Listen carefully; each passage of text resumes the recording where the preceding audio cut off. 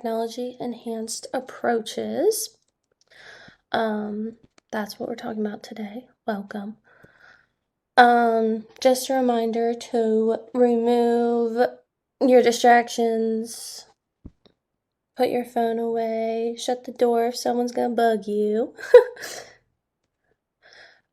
And then just do like a quality check. If you could just raise your hand if you can see it recording to make sure I did it right. Okay, cool. And then, um, if you can see the quality check at the top, and if you can hear me clearly. Awesome, we're good to go then. So everything that we're talking about is just from the textbook from chapter 3, Technology Enhanced Approaches.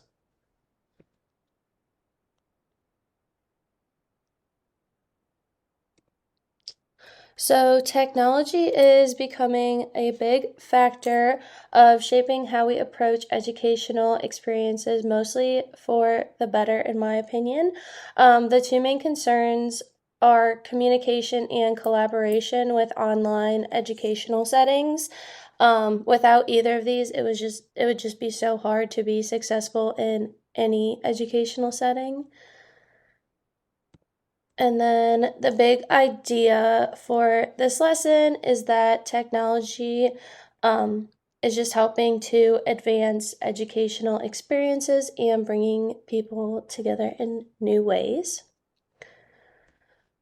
So, for our icebreaker, how do you think technology can bring people together to create a more collaborative environment with communication? Um, After having a minute to think, you can raise your hand and share your thoughts.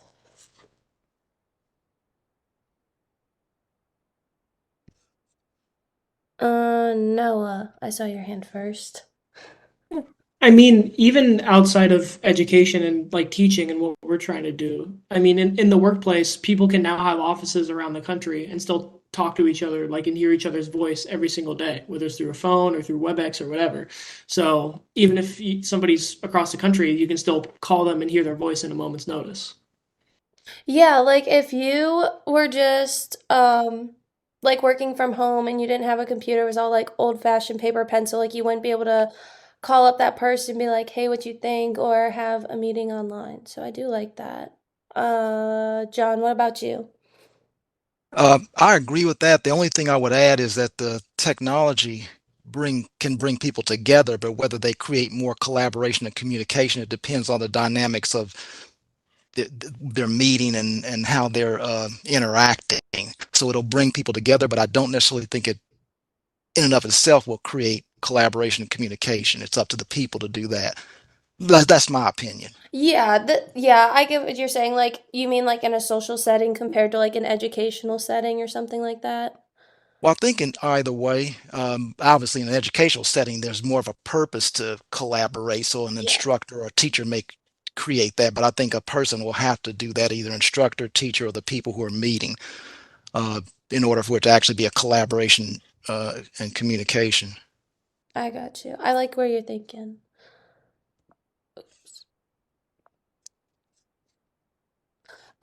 So for the learning objectives, students will just understand how communication and collaboration makes a difference in the educational setting. You'll understand how online communication can sometimes be more effective than in a lecture setting, and students will understand how there are pros and cons to a technological learning environment.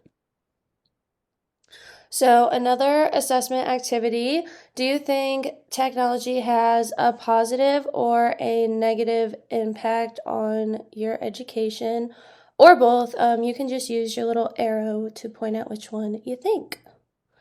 Let me see. I'm not able to annotate.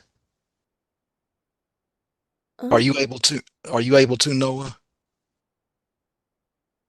Yeah, I had to send a request. I don't know Oh, if that's okay. what yours says.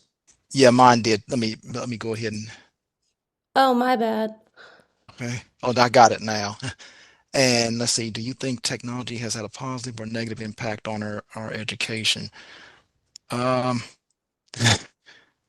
let me see.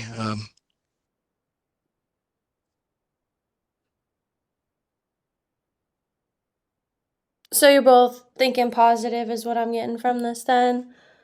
Why do you Yeah. think so? John, Ooh, you can start this time. um, for the same things that you all talked, Noah, and you mentioned earlier, and I kind of piggybacked on that. It allowed us to do think tech.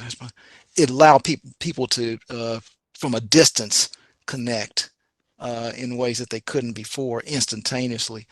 I still, you know, yeah, I'm going to leave it at that. Yeah, that's why I would say it was positive.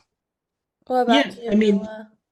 I'm in Columbus right now, and I'm still able to attend a college in Dayton because of technology. And even in 2020, when college and online stuff was really not great, and I would have rather have been in person, it was still a positive impact because my choices were either do online or don't go to college at all. So it was still a positive impact in that way too. Yeah, I agree 100% with that. Oh no, why is it?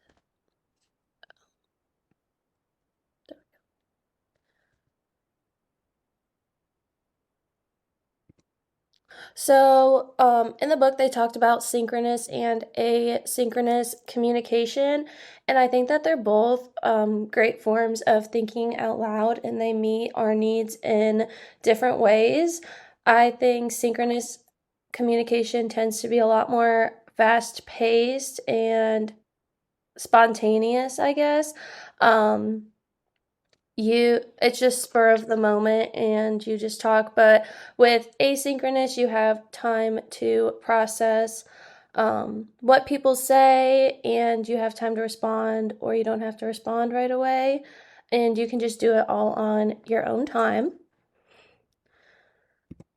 So, what type of communication would you prefer in your educational setting? You can use the pen tool to just circle your answer. We have synchronous, a blend of both, or asynchronous.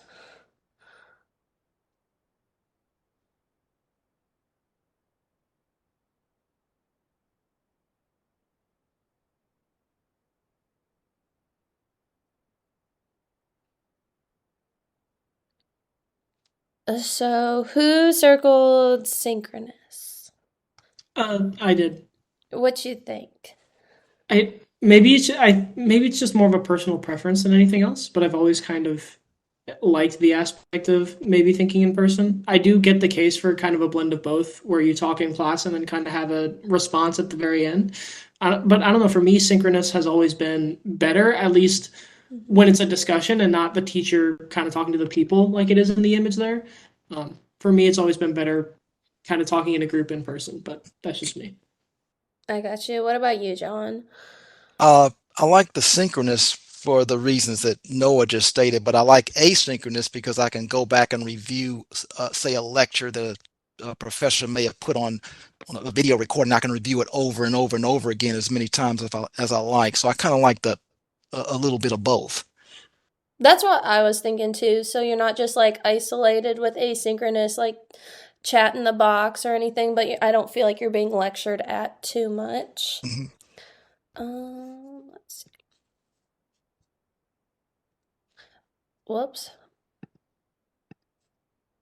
Okay, there we go. So before technology, the most common form of teaching was lecturing. So the problem with lecturing is that it's in real time, and sometimes it can be fast paced, spur of the moment, like I was talking about earlier. Verbal communication is great in a setting for collaboration, but it's not productive in the aspect that sometimes you don't have time to review or reflect on what's being said because it's just like go, go, go. Um, and I think that's about it on that. Communication is just one way through lecture. You don't really have the opportunity to um, like say anything. It's just kind of one way from the educator to the student. And then With asynchronous communication, we have written conversations, and this can lead to more deep and meaningful approaches when learning. It leads to more engagement, reflection, and opens the door to more opportunities to ask questions or share new ideas. And it's just a lot less on your mental strain and cognitive load. So, what form of communication causes more engagement and focus? You can use your arrow pointer again to answer synchronous or asynchronous.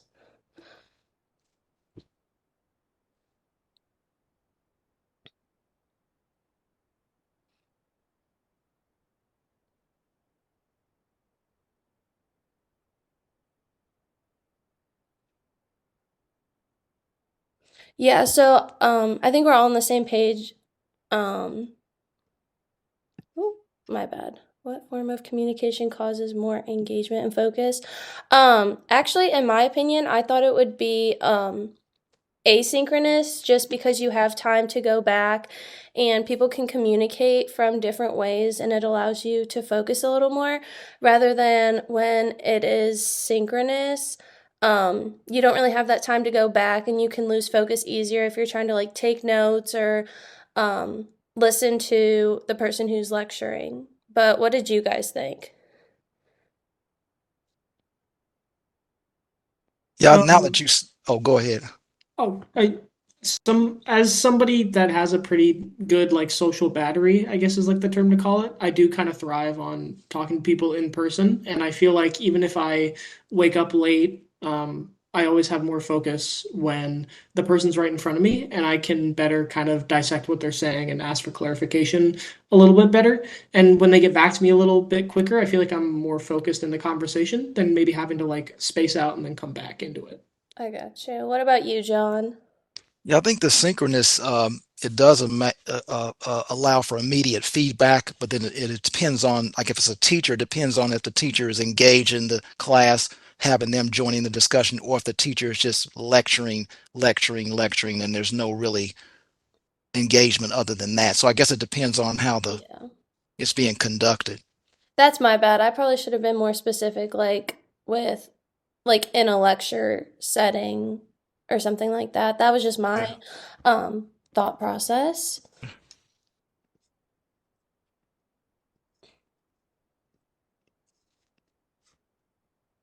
How do I? Oh, there we go.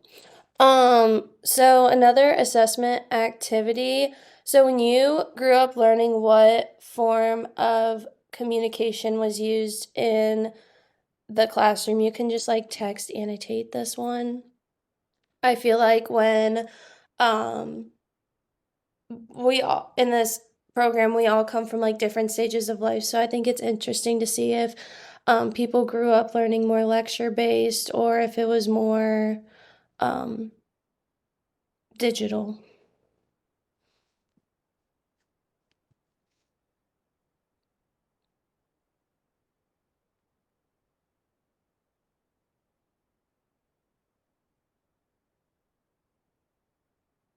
I'm sorry, did you want us to use the chat box or the text to The text is fine. oh, okay.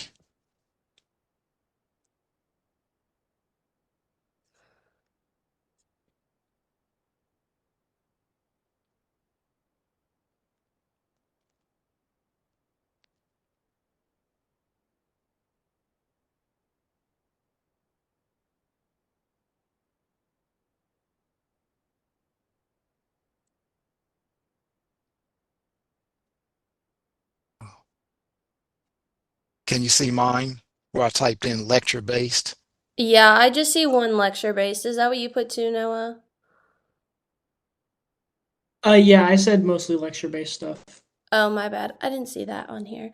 Um, yeah, that's kind of how I feel. And then like once I got a little bit older is when they started doing more technology, and I noticed that when I was in um like an elementary school student teaching, they did like all K through whatever had Chromebooks and they were all learning online, and it shocked me because I feel like we didn't really learn that way.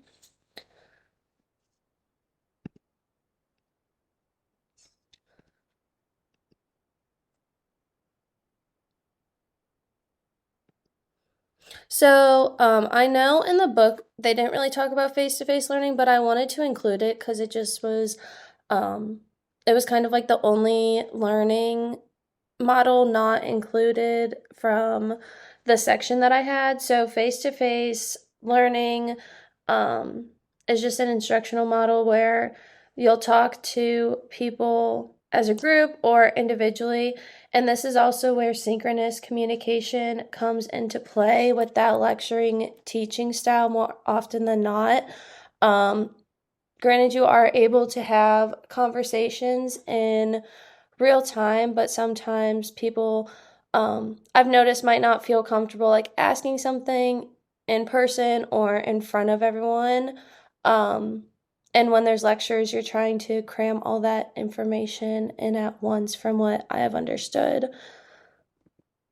Um, so they also talked about the massive online open courses, and these are the independent study approaches that provide access to content but they don't provide many opportunities for collaboration. The reason that people join these is because they're low cost and you can do them on your own time, but they're not very successful because there's not very much engagement or collaboration, which can cause low interest for students or even confusion. And then blended learning is a little bit of a mix of both. It's designed to create more engagement and innovative learning.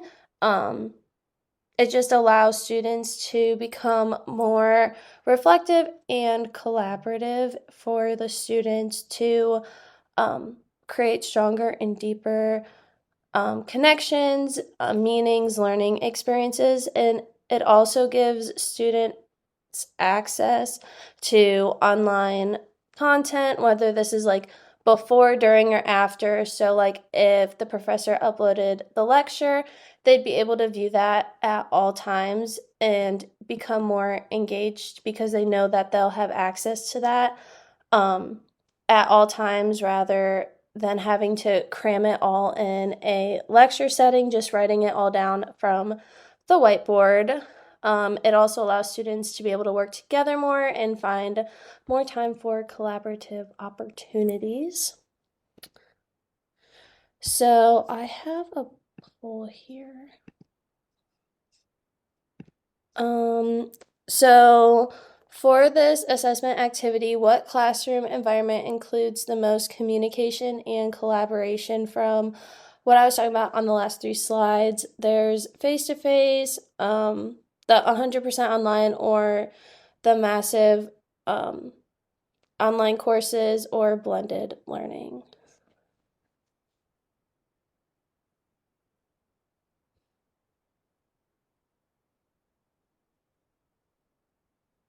Yeah, so blended learning, I think, just gives more opportunities for that.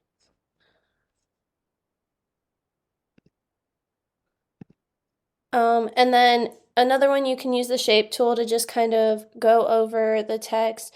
But what do you prefer personally? I think we talked about this at the beginning, but just after going over that lecture.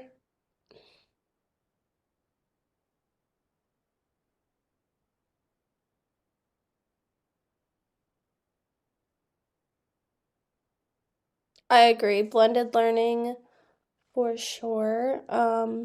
I think it's easier for me too, like when I'm traveling or I go home, I'm able to still be here, but then it's also nice to be able to communicate with others.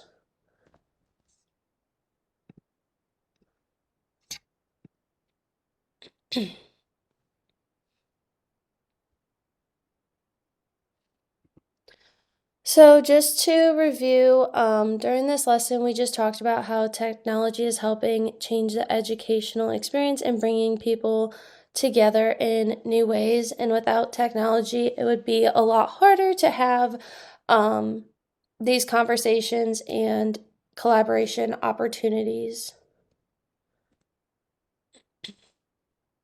So, for this assessment activity, how do you think the two forms of communication can relate to different classroom environments?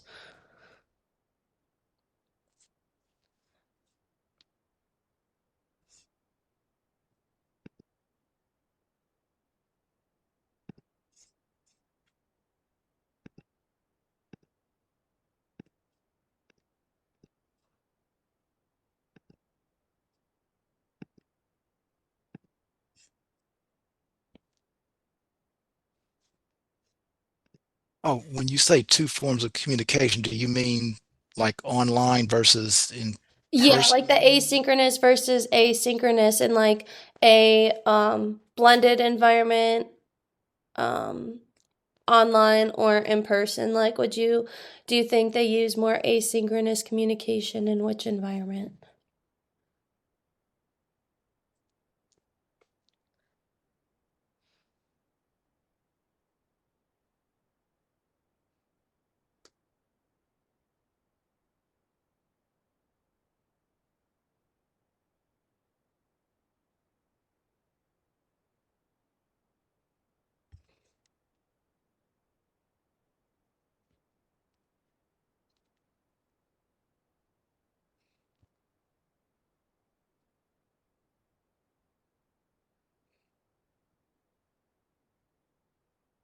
I misspelled some things. I don't know if I answered the question right, but Um, I was you thinking, stated it well, but I may not have answered it right. so I feel like asynchronous communication would work well with like a blended learning environment or Okay. a 100%. But then also that synchronous could be good with both the face-to-face classroom and the blended. That was kind of my thought process. But I Okay. like Noah said, like in high school, how that is a face-to-face environment and you use like mostly synchronous, but asynchronous was included into that. Okay. And then you can just use an emoji to write your understanding.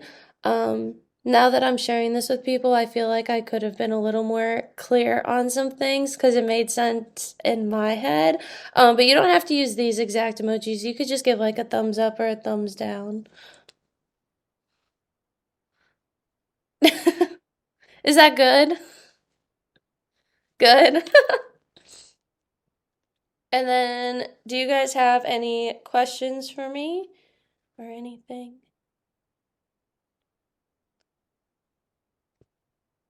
Oh, right. Well, thanks for coming to join me to complete this lesson. Oops, I did not change that. It was supposed to be on technology enhanced approaches. My bad. But thanks for joining. Okay. And then